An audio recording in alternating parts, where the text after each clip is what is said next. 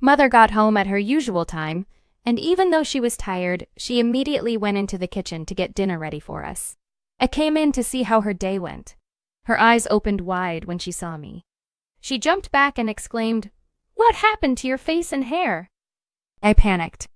Alice had helped me remove all of my makeup, or did she? I got very worried. "What's wrong?"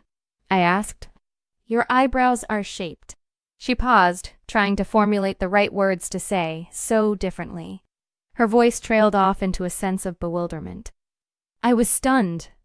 I couldn't respond. Then I remembered, of course, what Alice had done to them. Alice came into the kitchen to see what the commotion was about. Realizing what Mom had seen, she quickly chimed in, "It was me. I did that to him." My head was spinning. I didn't want Mom to know what I had done, but now there was no way out of it. At least that's what I thought, and I was worried Alice would tell her everything. Alice quickly added, "I asked him if I could use him to practice my trimming and styling techniques." She looked at Mom with a very innocent look. I didn't mean to cause any problems. Mother looked me over and gradually worked her fingers through my hair. She commented on how much more volume it had. "I'm just concerned on how different Richard looks now. I almost didn't recognize him." She looked at me and asked, "Are you okay with this, sweetheart?" I cautiously nodded, not knowing what to say. "Okay, well." Mother began stumbling over her words. "Next time, please talk to me first," was all that she could mutter. She was obviously very concerned, but just didn't completely understand why this had happened. After dinner, Alice left to go to a part-time evening job she had gotten at a local boutique. That allowed me to spend time with Mom and just try to be my usual boy self, as difficult as that was, based on how I looked. Sleep eventually overwhelmed me and I decided to go to bed. I said goodnight to Mom. She smiled and said, "Sweet dreams." I laid down in my bed and fell asleep. About an hour later, Alice got home. She quietly snuck into my room and gently nudged my arm. "Trish," she said in a quiet whisper, "are you awake?" I woke up and forced my eyes open, a little delirious, trying to figure out what was going on. A big smile formed on her face. "I'm so sorry about Mom seeing you like that." Her voice was very somber. "I hope you're okay." I just nodded a little. "I don't want you to be upset.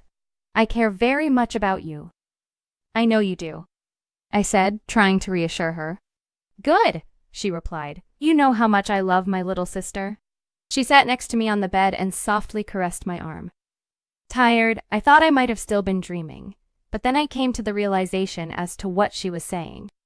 I looked at her and said, "I'm not a girl." I saw what appeared to be a tear forming from her eye, and I tried to collect my thoughts. I realized that what I had said must have hurt her, so I told her I was sorry. I reminded myself that I did not want to see her upset. Her happiness was very important to me. "It's okay," she said as a smile gradually formed again across her face. Still caressing my arm, she added, "Can you sleep in my bed this evening with me?" "What?" I said, almost in a loud voice. I quickly lowered my volume to a whisper. "No, I can't do that. Please," she pleaded. "I am really feeling down and I need my sister right now." I then blurted out, "But it's not right for a brother and sister to be in the same bed together." "Trish," she said in a very assured voice, "you're my sister, not my brother. Please remember that. And besides, there's nothing wrong with two sisters sharing the same bed." I tried to think of an excuse to get out of this, but nothing really came to mind. "But what would Mom say?" I asked. "Mom won't find out," she replied. "I promise." I thought about it and realized how important this was for her. Nothing was said between either of us for the next few minutes.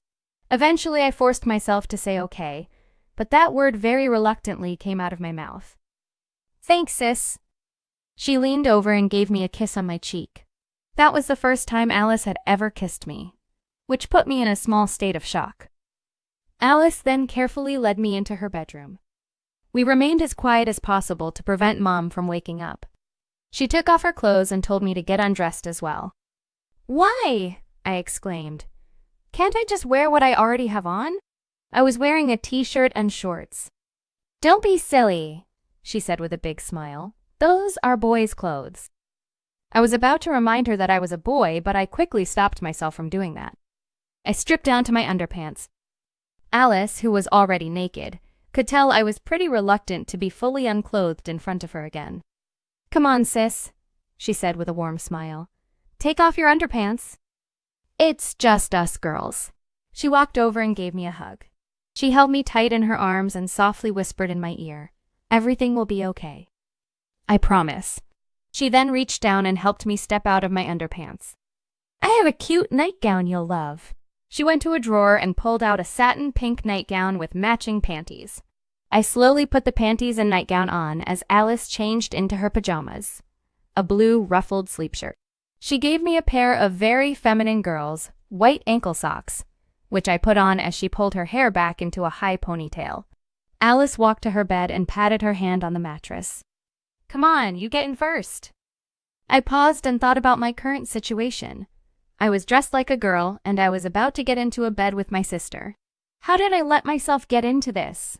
I looked at Alice and said no. This is not right. I cannot do this. And I began to head out of her room. Alice quickly ran over and grabbed my arm. "Please don't leave," she pleaded. She hugged me again, this time even harder, and said, "I am sorry. I guess this is too much for you. Everything you're doing really means a lot to me. Look, sis, I think this has gone too far. I am your brother, not your sister.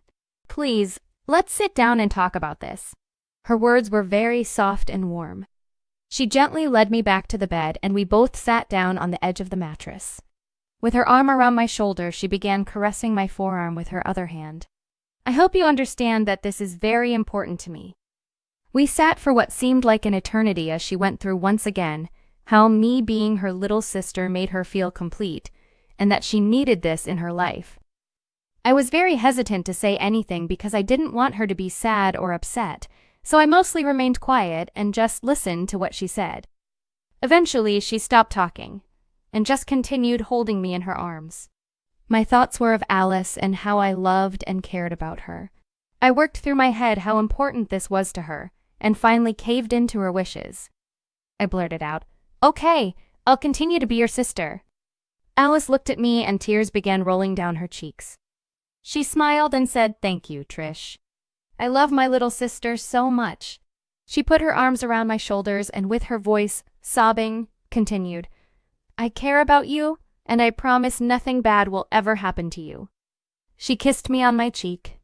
During this entire time, Mother did not wake up. She apparently didn't hear anything. Alice once again patted her hand on the mattress and said, "You get in first." I got into the bed and Alice followed in right after me. She quickly began snuggling up with me. We were facing each other on our sides with our faces really close. Our legs and feet were touching and I could feel her body slightly pressing against mine. She smiled and began running her fingers through my hair. A little shaken by her closeness, I said, "I didn't expect you to get this close to me." Alice realized how nervous I was and calmly said, "It's okay, Trish. Girls do this a lot when they sleep over. You'll get used to it. I promise." Occasionally, I would feel her feet rubbing against mine, almost like she was playing footsie with me. I don't think she even knew she was doing it. She broke the silence by saying, "That shampoo really does a great job. Do you like it?" "It's okay," I replied, not really knowing what I was saying. "We should really get you a permanent." Her fingers were still sifting through my hair. "I think you'd look really adorable as a redhead." Then a devilish smile came across her face. "Or maybe a blonde. Guys just love blondes." Alice then changed the topic of discussion and began talking about David again. She said that she missed the sex but did not miss him. She went into extreme details on how she would sexually please him. I wasn't used to hearing this, and it made me feel uncomfortable hearing it come from my sister. I became a little frustrated and asked, "Why are you telling me this?" "It's just something girls talk about with each other. I hope it's okay with you.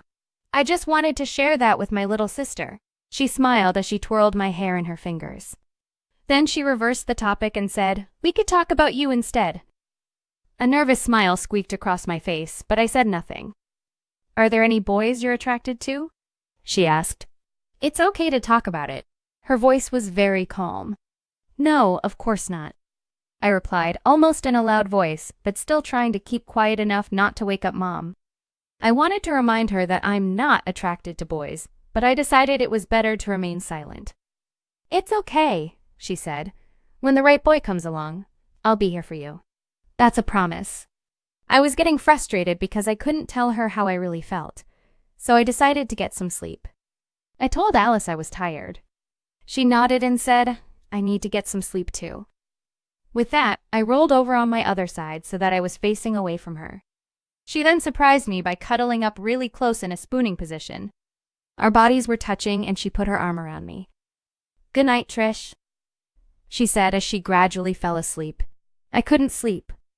Here I was in a bed cuddled up with my sister, and I just kept trying to remind myself that I was doing this to make her happy. Eventually, I dozed off.